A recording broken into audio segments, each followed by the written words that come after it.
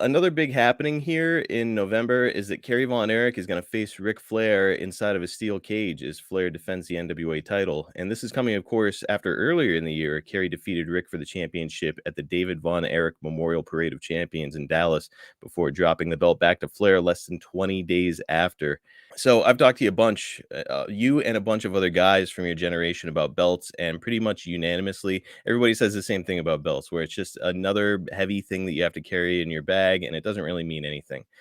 That being said, it seems like most guys feel differently about the NWA World Title, and Ted DiBiase has actually told me that it's one of his greatest career regrets that he never got to hold that belt. Jake, do you hold that belt in the same regard? Yeah, I do. I love the NWA and what it stood for.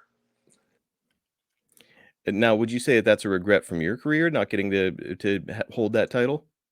Absolutely. All that being said, why do you think Kerry, or what was your opinion on it when Kerry was awarded that title? When Kerry was, Yes, sir. I was shocked, amazed, uh, and a little worried because you didn't know what Kerry was going to do. You didn't know if he's going to show up and what kind of shape he's going to be in when he got there. And nobody ever accused Kerry of being a great worker. He excited people, but boy, that excitement sometimes was a heavy cost. So even when he was like straight-minded, you don't feel that his work was really quite up to snuff? Oh, yeah, definitely not. What do you think it was about him? I mean, because Kevin Von Erich is kind of considered a great worker. Kerry just kind of didn't have the physicality down, or what? Well, he had the physicality down and all that, but he's just he he, he reminded me of a 17-year-old. Okay. You know, just young and happy and full of fun and not a care in the world. Which would, of course, catch up with him, certainly with a motorcycle accident, which we're going to be talking about soon.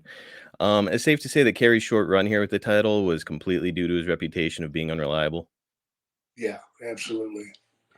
I mean, it was like a historically short run, less than 20 days with that title. I mean, unheard of back in those days. So pretty crazy that they put the belt on him only to take it so fast. Well, I'm sure they were worried. I'm sure they were too. I mean, this guy's representing the NWA as the champion, and you have to rely on him to make all these towns and travel across the United States and Canada. And it's like, man, he might not. Yeah, yeah. I wouldn't have bet on him.